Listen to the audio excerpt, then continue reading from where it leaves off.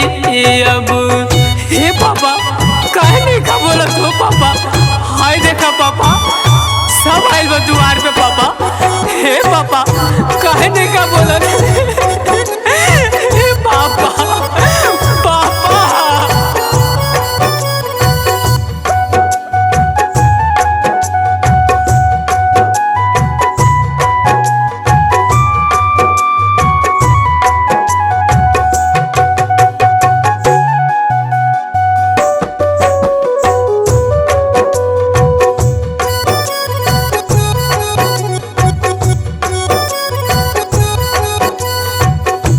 जाए से पहले नाही कैला एक बतिया, जिंदगी जिए में होई बहुते ससतिया। बाबा हे बाबा हाय देखा पापा मन नहीं खा बोला तू।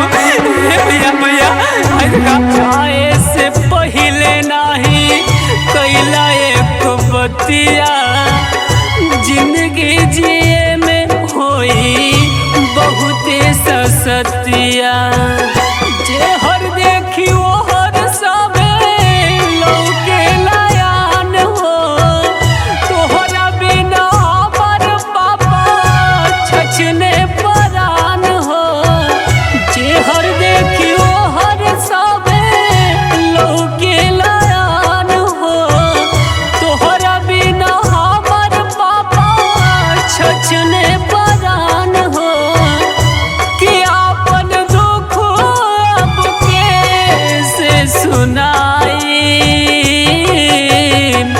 तोहरा बिना बोला पापा कैसे जियल जाई? तोहरा बिना बोला पापा कैसे जियल जाई? पापा बोला हे पापा हमसे का गलती भइल पापा? हे पापा पापा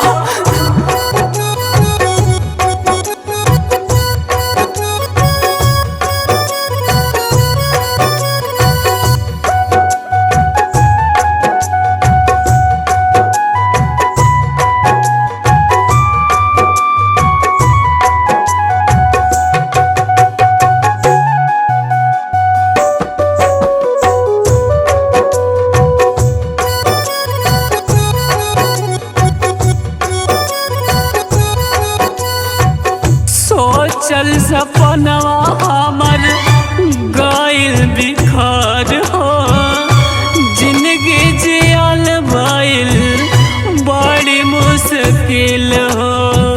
पापा हे पापा हाय देखा बाबू कहो हे पापा पापा।